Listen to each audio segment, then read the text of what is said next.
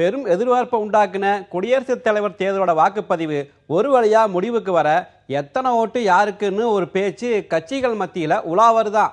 வெற்றி எப்படியும் ஆளுங்கட்சியான பாஜகவுக்கு தான் கிடைக்கும்னு சொன்னாலும் எவ்வளவு வித்தியாசம்னு எதிர்பார்க்கிறாங்களா? தலைவா, மேற்கு வங்கம், மணிப்பூர், நாகாலாந்து, புதுச்சேரி, அஸ்ஸாம், கோவா, உத்தரப்பிரதேசம் மட்டும் இல்லாம தமிழ்நாட்டிலையும் வாக்குகள் மாறி விழுந்திருக்க வாய்ப்பு இருக்குன்னு சொல்றாங்களா? ஏன்னா இங்கெல்லாம் உள்கட்சி வெளிக்கட்சி குழப்பங்கள் இன்னும் உச்சத்துல இருக்குதா? ஆர்கே நகர் தொகுதி காலியா இருக்கிறதால ஒரு ஓட்டு இல்ல. திமுக தலைவர் கருணாநிதிக்கு உடல்நிலை சரியில்லாதால அவரு ஓட்டு போடல. இப்படி எம்எல்ஏக்கள் ஓட்டு 2 குறைய பாமக எம்பி தன்னோட ஓட்டை போடாம புறக்கணிச்சுட்டாராம். தமிழ்நாட்டோட எம்எல்ஏக்கள் எம்பிக்கள் ஓட்டு யாருக்கு அதிகம்னு ஒரு கணக்கு போடுறாங்களா?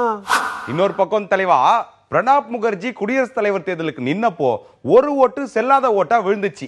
பிரதிபா பாட்டீல் குடியரசுத் தலைவர் தேர்தலுக்கு நிற்கும் போது 6 ஓட்டு அணி மாறி விழுந்துச்சு.